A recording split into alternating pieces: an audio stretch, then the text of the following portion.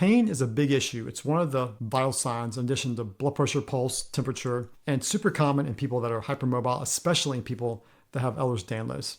So if you have any aches and pains, spine issues, fascial issues, weird stingy pains, rib pain, belly pain, just weird stuff that no one's been able to really put a finger on, stay tuned to this information. So how do you deal with pain and hypermobility? Well, the traditional way is through medications, which we're not going to take a too deep of a dive into this here, because many of these medications aren't addressing the root cause, but they can be helpful. There are certain centrally acting medications like clonidine or guanfacine that can help certain types of centralized pain syndromes, as well as things like low-dose naltrexone that help with inflammation related to the pain, which I use a lot of.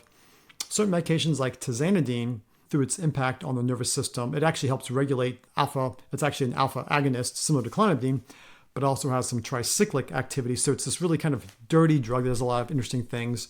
Of note, if you've been off for a long time and you pull yourself off, you can have crazy high blood pressure spikes because of this alpha agonist activity. So you got to be a little careful with it.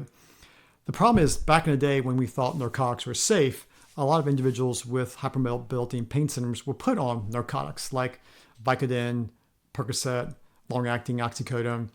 And the problem with these narcotics is, one, they actually release mast cells. So you get a histamine response with these, which is super bad in mast cell issues, which a lot of hypermobile individuals have, as well as long-term narcotic use can cause a centralized pain syndrome. It actually can increase the sensitivity of your central nervous system to pain over long-term use.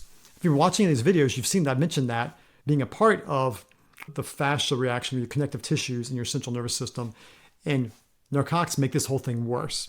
And I personally experienced that in my clinical practice, people with chronic pain on narcotics.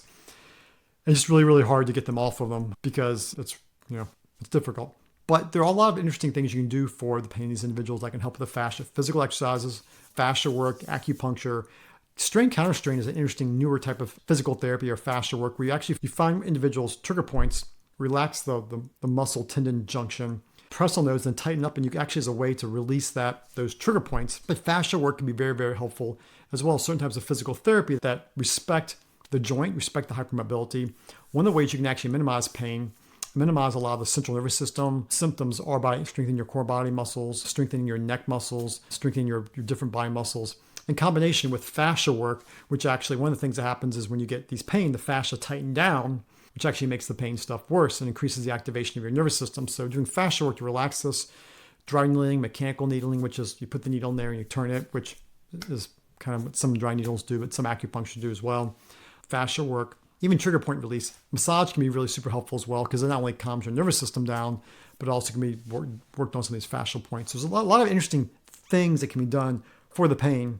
Splinting is a common thing used in a lot of more severe patients with Ehlers-Danlos, which can be helpful short term, but long term you don't want to splint too long because you can actually develop muscle weakness, which just kind of is a feed forward cycle with all of the pain syndrome stuff. One thing of note is with individuals with hypermobility, they can get a thing called atlanto-occipital instability, which is instability between basically your skull and the top of your neck, or craniocervical instability, which is your brain and your top of your neck. And what this can do is actually affect flow of your cerebral spinal fluid through your brain, but also cause increased pressure. It's almost like a normal pressure hydrocephalus kind of sort of thing where you get pressure in your brain.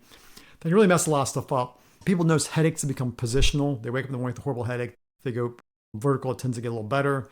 And then sometimes throughout the day, they'll notice headaches come on because their brain's kind of sinking in their skull and blocking fluid flow. Sometimes a cervical collar, giving a little cervical tension, a little cervical traction with the collar, people will notice immense improvement in their occipital migraines. It's really interesting how many people with migraines and headaches in the back of their head, if you look where my hand's at, like right there, it's actually from that tension that calls from these fascia. So a lot of interesting things for pain in this group. The point is, working with an expert who's familiar with this is key, because if you've listened to this, it's kind of complicated. And I've already mentioned, if you look at physical therapy, you look at neurosurgery, you look at neurology, you look at rheumatology for pain management. That's like 5 different specialists and 5 different specialties that don't communicate back and forth.